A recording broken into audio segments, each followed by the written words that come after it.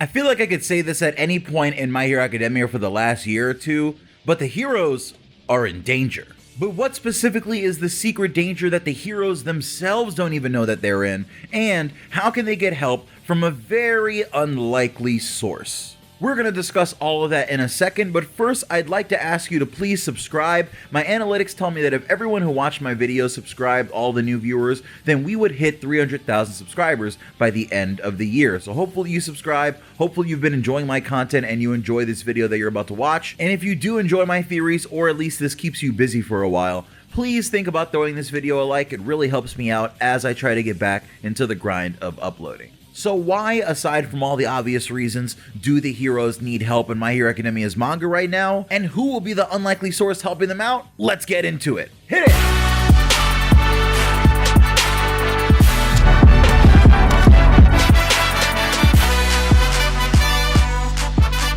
So the League of Villains has a lot of dangerous members. I guess now it's called the Paranormal Liberation Army, but I feel like I kind of always want to just call the core members the League of Villains, right? Because that's who I'm really talking about.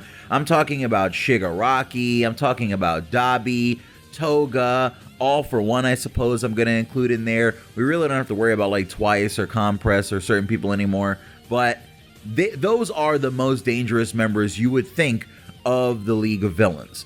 But they have a new member, or a new addition over the course of the last few arcs, that has definitely massively boosted the dangerous capabilities that this team has. And it's a member that initially I didn't see joining this group necessarily, like the core group, because all these people ended up joining the League of Villains anyway, but I guess that kind of gives it away to a certain extent. So of course, I'm talking about one of the members of the Meta Liberation Army, Skeptic. Now, Skeptic at first just comes into the story as being one of the leaders of the Meta Liberation Army who takes on Twice. He has this quirk that allows him to take regular items or like something as big as a fridge and turn them into what is pretty much a person in a suit. And it just seems like he was a character designed to fight Twice. He had the perfect kind of quirk to really trigger Twice's anxiety and everything. Like, he was just the perfect character to go up against Twice in that arc. But there were some things that were said in My Villain Academia and some things that were set up that we haven't really seen the other side of. But that's something that we're going to come back to in a minute.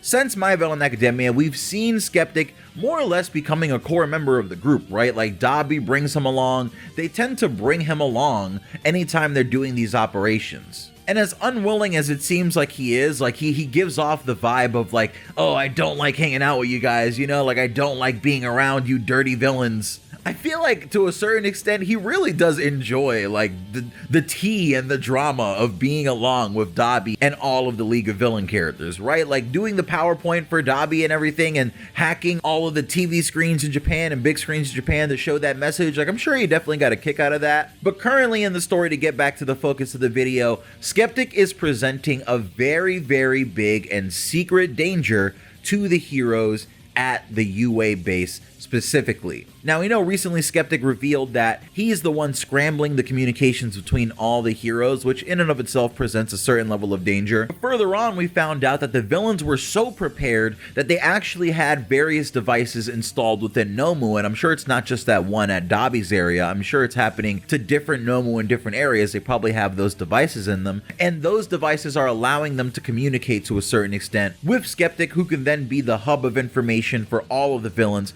and give them the information that they need while blocking off all the heroes from having information from the other battlefields, which really kind of puts them in a situation where you can't just have Monoma start opening warp gates to all those places because you can't talk to those people, because what if they're all dead, right? What if the villains have won in those locations? What if you open up a portal and you bring back All for One by accident and you're trying to bring back Endeavor because you couldn't communicate with him? Like, it really puts the heroes in a precarious situation just from a guy controlling satellites, you know, and controlling technology. This has nothing to do with his quirk. He's just an elite hacker. And I feel like that's so awesome that there's this character who, yeah, they have this quirk that can do all these things or whatever with like cloning and you know, whatever. Sure, we put that to the side. But the fact that he is such an elite hacker that he's actually able to put the heroes in this level of predicament that they're actually in right now is ridiculous. And it's one of the reasons, besides the fact that he's a Gorillaz reference, that I'm always going to stand this character to a certain extent, and I just really love his design.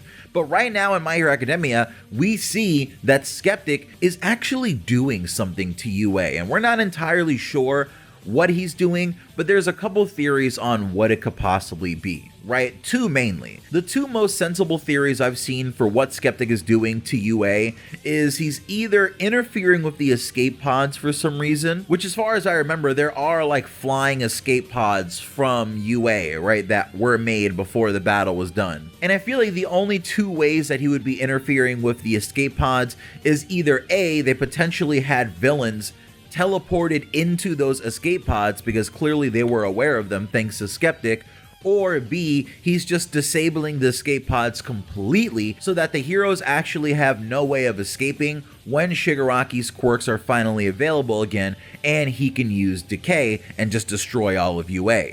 But the second theory for what Skeptic could be doing is a little more scary. Right? It's a little more pragmatic, honestly, and it definitely feels like the kind of thing that All For One, at least within Shigaraki, or even Shigaraki would plan, because it's kind of gruesome. Now, let me set the stage. The heroes have isolated Shigaraki at UA within a giant kind of electric net, right? Like around UA as a giant rock under UA with UA on top of it, and all of them fighting, kind of like a giant snow globe, flies through the sky, probably toward Shiketsu High, because we did learn that Shiketsu and UA can fuse together, right? I don't know what they're going to fuse into. Maybe some bigger base, some robot. I don't know what that's going to be, but sure. So in Shigaraki's area, unlike everyone else, it is just Shigaraki and heroes. In every other area we've seen, there's a bunch of heroes fighting a Haya Nomu near the ground, and then there's a boss battle between characters that we know from the hero side and the League of Villains side. That's kind of how every other area is spread up. But the heroes have taken Shigaraki specifically to this area and kept him by himself with no one else but heroes. And I feel like, yes, while that provides them a very big benefit because Shigaraki's quirk is turned off, and you know, sure, they have Monoma and Aizawa together, so if Monoma closes his eyes, Aizawa has his eyes on Shigaraki. And if Shigaraki gets out of Aizawa's sight, then maybe Monoma can still see him, right? They have a very good failsafe for keeping Shigaraki's quirks off. So it's not very likely for Shigaraki to just be able to use his quirks again because he is effectively getting countered. Even though he is adapting and doing various things to the heroes there, like tearing them apart and summoning necromantic versions of his family, he is still struggling to a certain extent. They are pushing him to the point where his body has to keep adapting, and he is starting to see damage, and likely is going to see a lot more damage when Bakugo wakes up, right? Because we know Bakugo is waking up probably to some brand new level of power. But the issue is, and this is where we link back to Skeptic, what if Skeptic's plan is to just drop the entire UA skybase? What if he's hacking the thrusters and, like Ultron, is just dropping the entire area of UA? Because consider this, it's just Shigaraki and a bunch of heroes. And alongside the heroes are people like All Might, right? Who I believe are like deep in the base, or at least attached to a little box that is like attached to the base, right? But All Might and Momo and all those characters are somewhere within the range of UA. They have to be in one of the two little flying areas that are connected to the giant UA base. So you have all these heroes and Shigaraki, and if UA flies, falls down, and then crashes and is destroyed, everyone in the UA skybase will die. Except for who? Shigaraki. Because say what you want about Aizawa and Monoma turning Shigaraki's quirk off, yeah, sure, Shigaraki is going to feel the same effects of being in a giant rocky sky base that falls out of the sky onto the earth or into the ocean and crumbles apart, and all that force that would kill any normal human being. But not only is Shigaraki enhanced enough to take the force of several nukes like we've seen already in My Hero Academia in the Star and Stripes fight, but as soon as Aizawa or Monoma don't have their eyes on Shigaraki, or they die because, you know, falling out of the sky, then Shigaraki's regeneration is going to kick back in, and he's back at 100%, just crawling out of the rubble, right? Massive hands picking up rubble and crawling out of it and seeping out of it. It would be a horrifying, disgusting visual, and also we would know that all those people are gone. Except for the ones who could really fly, like really fly, they would be gone.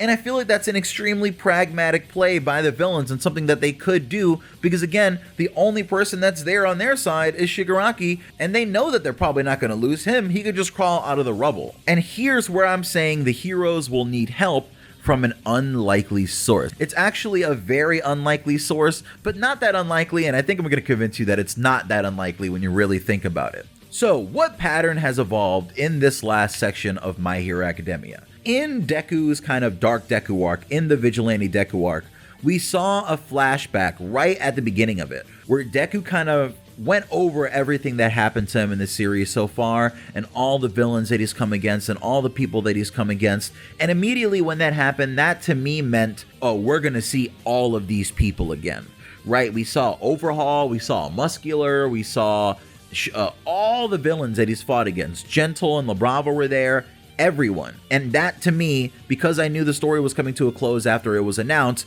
told me, okay, this is how you wrap things up. You definitely want to have these characters return for one last goodbye, you know, after having them early on in the series, just to kind of like end off their character arcs individually. So we likely will see all of these characters again.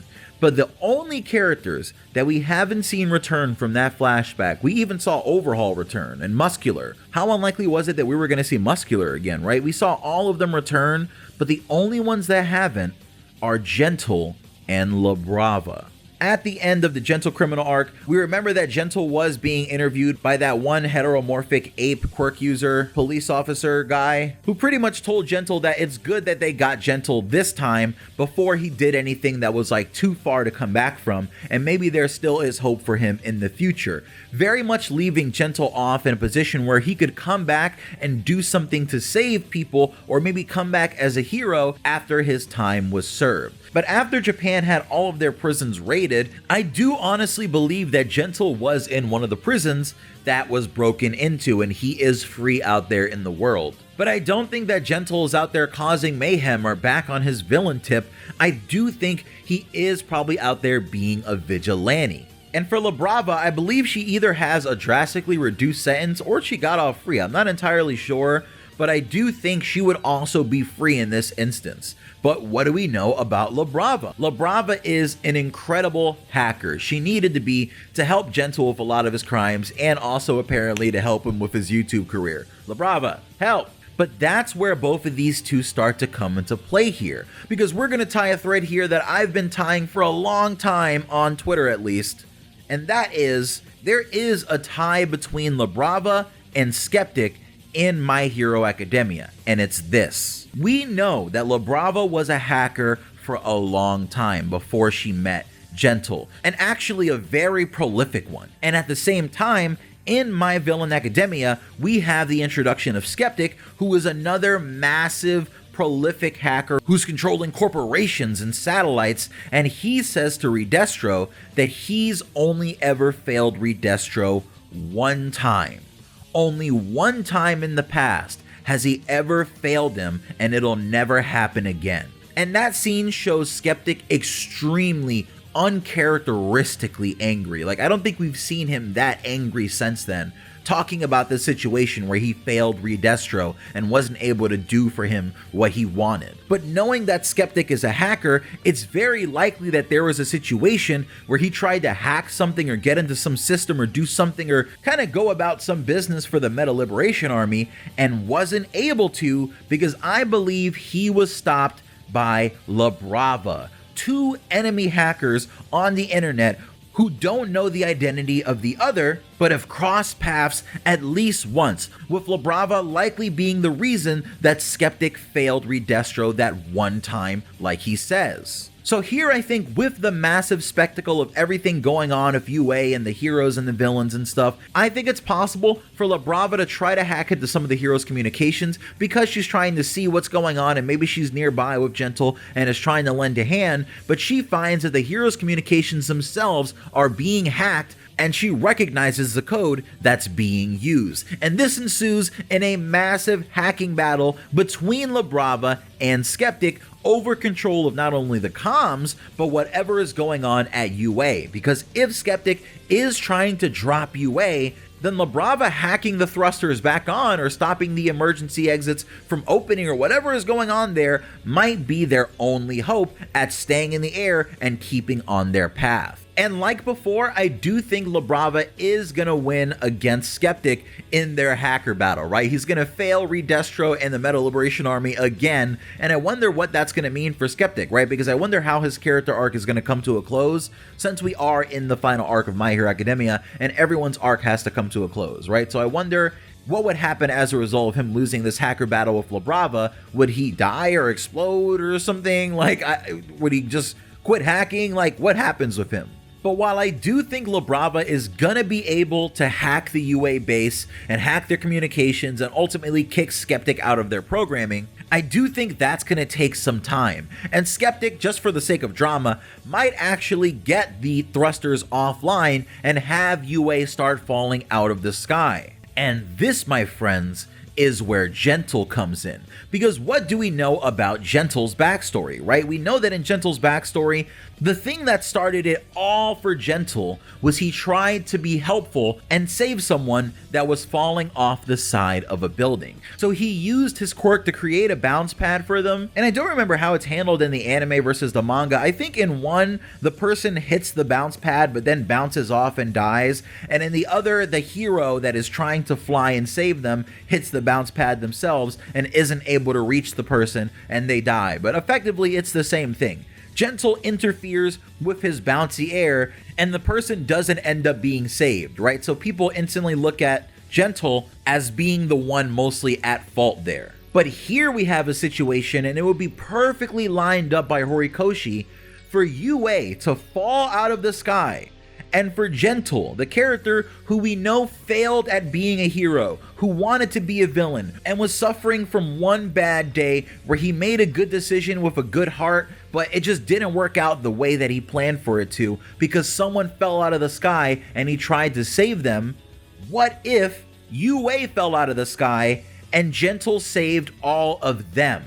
With either a massive area of bouncy air or like several of those. Maybe he's learned since then and he creates like a sort of step ladder of bouncy air that gets U.A back in the air, or at least keeps it airborne until La Brava is able to finish hacking it. And I think that would be Gentle's greatest ever trick, especially if they caught it on camera. And I think that could be a great start to a very budding hero career. I mean, you get that on camera, people are gonna be like, whoa, did you see that hero who saved U.A with the bouncy air? What was his name? So I'm rooting for you, Gentle. I hope you get your clout up. But effectively, yeah, that is what I think could potentially happen. That is why I think the heroes in My Hero Academia need help from an unlikely source, and who I think that source is, being La Brava via some hacking, and Gentle hopefully saving the U.A skybase from falling out of the sky. I think them doing this for the side of good really perfectly kind of ends off their character arcs, right, in a very, very satisfying way for me. But what do you think? Do you think Horikoshi is not going to bring back Gentle or La Brava and we're just not going to see them again? Maybe you feel like he's rushing to the ending, or you just don't think Gentle and La Brava are that interesting or important.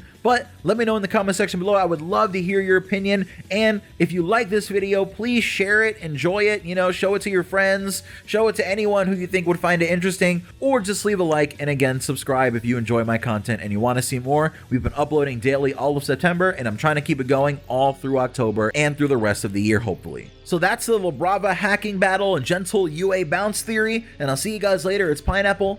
Peace.